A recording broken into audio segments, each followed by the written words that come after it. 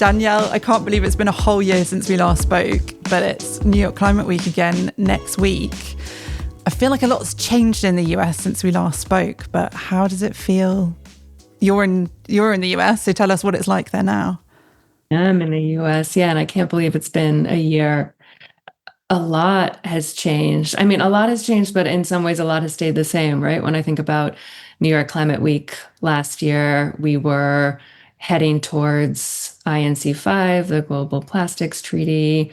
We were in the middle of a lot of projects, infrastructure projects that had funding from the Biden administration, the IRA and bill getting started. We were looking at what we knew was going to be a really definitive election in the US.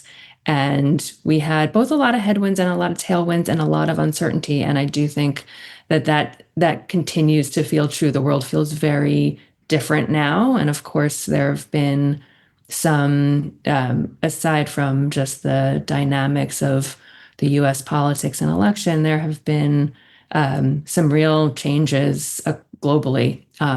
For climate, for the circular economy, we are just, not even a month out of the Global Plastics Treaty negotiations ending without a treaty. We have some headwinds in the clean energy sector, but we also have a lot of positive implementation activity happening on the ground that doesn't necessarily make the headlines. Well, I remember you saying last year that you really wanted to get away from this being a sort of ESG bubble. And some of the things that have been coming out, like the nearshoring story, does kind of fit in with the circular economy. Have you seen more of that happening?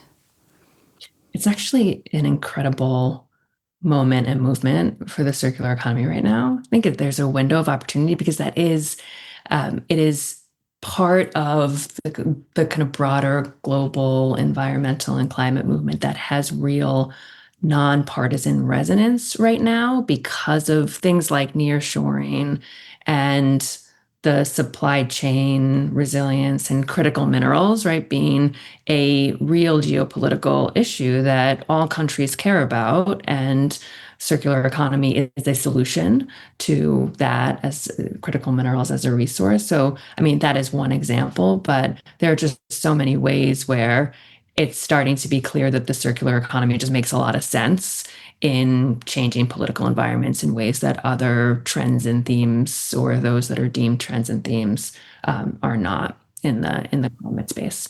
And I don't know about you, Danielle, but I feel like the word circular economy are maybe not being used as much as they have been in the past, but the concept of circular economy seems to be more widespread now.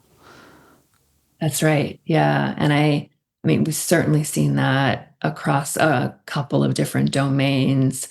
And I mean, I think that has been really successful for the companies and the policymakers that are thinking about circular economy solutions without calling it that. One of the examples that comes to mind is H&M recently has started really building in pre-loved merchandise into their core store, their retail experience, both in person, but also their digital marketplace.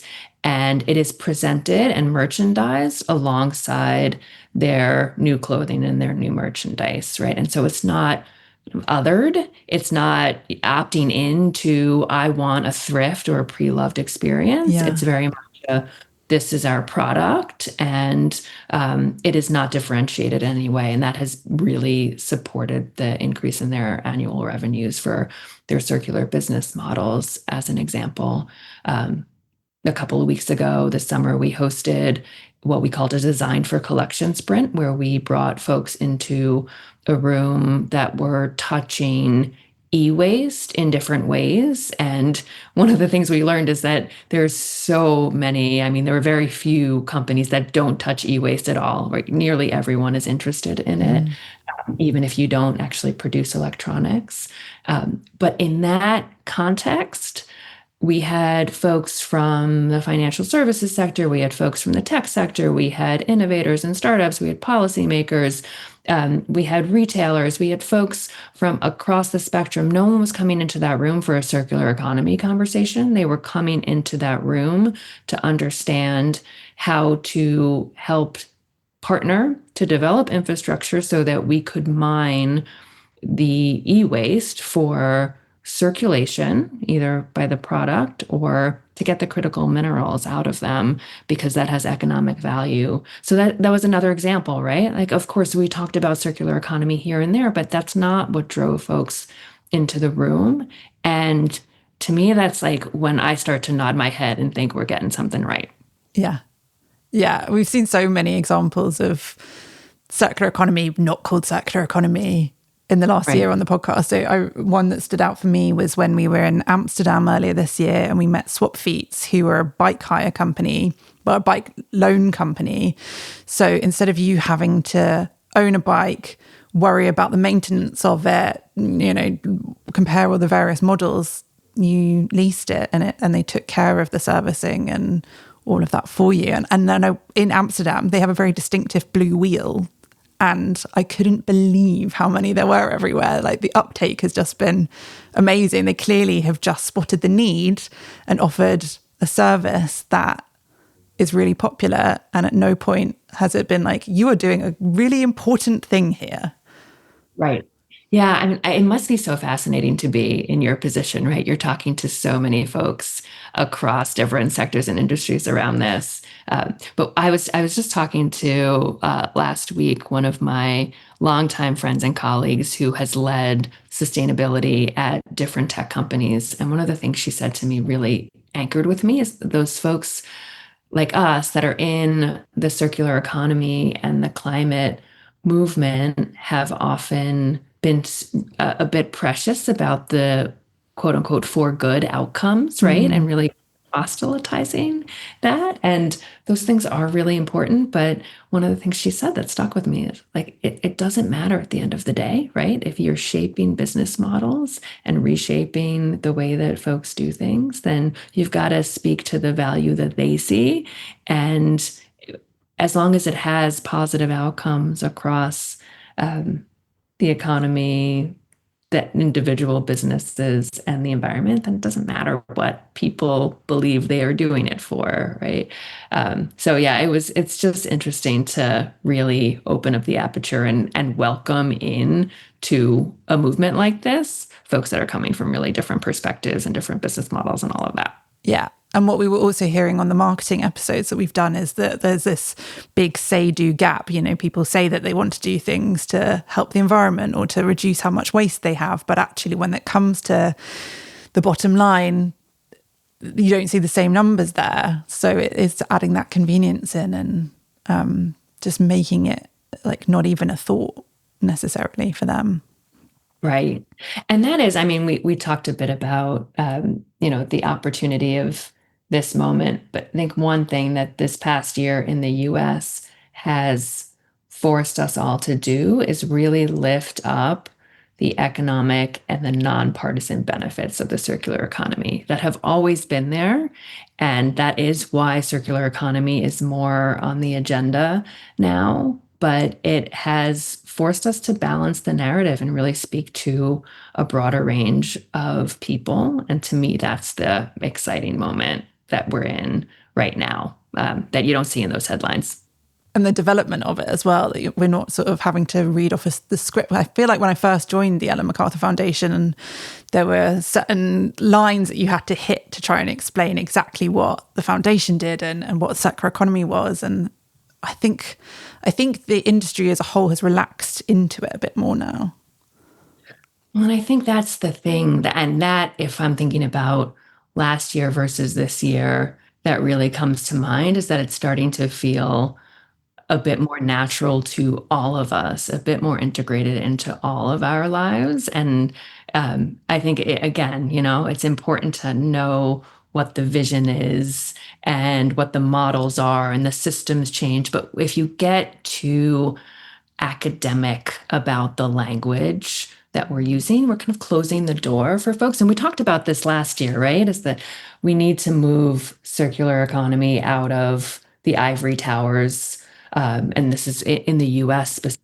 right? The New Yorks and the San Franciscos of the world, where we talk about it very conceptually and into practice and implementation. And we have seen so much of that in the past year. And I think we'll see even more of it in the future. We're working with farming and food production in the Midwest. And again, there's so many circular practices that are already happening in our food systems that we're just not calling that. So when you open or to this is how you build it long term and scale these micro sustainable practices that you're using. It's just very powerful for people, and people really get it and feel it. And that's just quite exciting and very exciting leading into the next couple of weeks where we'll be in a room full of people who are really leading the movement. Yeah, I bet that's really exciting. For those of the people that get to go, but for some of us, we're not coming to Climate Week. So can you paint a picture of what it's like? Because it's also when the UN General Assembly is on. I think that's why it takes place that week. But what happens to New York? Is it like Fashion Week? Is it, but with more flip-flops? What happens? It feels like the world descends upon New York that week. I remember last year, it took me 30 minutes to walk 5 blocks in New York because there's so many people and so much traffic and so many flights in and out. Hotel rooms are like $800 a pop. Right.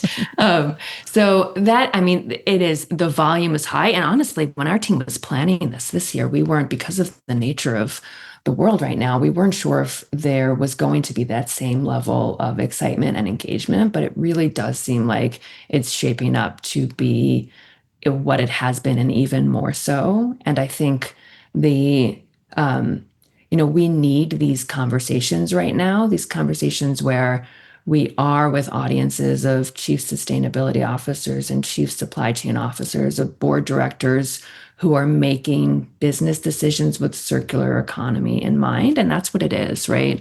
And I think there's a bit of it that is preaching to the choir, but I think it's necessary to have these rooms, right? Where with folks that are already bought in, who are already excited about it, because that increases the sophistication of our overall movement and practice. It really, the meeting of the minds is so powerful. But we do it year in and year out because the people that Climate Week attracts are really the best and brightest thinkers in our space and in the circular economy space. And joining circular economy and climate and our goals there is just part of what we need to do more. Can we pick up on that a bit? Because I don't know, climate's felt a bit like the C word recently. And I wondered if, you said that it hasn't put people off coming, but I wonder if it affects the kind of people coming, or if there's a different angle on Climate Week this year. You know what? It is the C word in headlines, but at the foundation, we just work day in and day out with companies, with policymakers who are working at these issues every day. And actually, the administration change and the narrative change hasn't impacted significantly the actual operational and strategies of these companies. There are certainly some examples of that, right? There are some companies who have truly pulled back on their climate goals, but what we are seeing more, because it's recognized as a business challenge and frankly business opportunity when you start to talk about circular economy, that it's just the natural path for business right now. Mm-hmm. And so what we're actually seeing, the difference, I would say, is more that we're using different language, as you talked about, right? Circular economy is much heavier in the narrative than it has been in the past, which is a great thing. So we're not using words like climate and environmental and regenerative as much as we have in the past, but the reality is that business leaders and policymakers are just seeing it as the necessary path forward for the future. And so that to me has been very heartening. And I do think why Climate Week comes at a very good time, right? As we're looking at 2026 plans, as we are settling from what has been a really disruptive start to the year to think about what comes next together.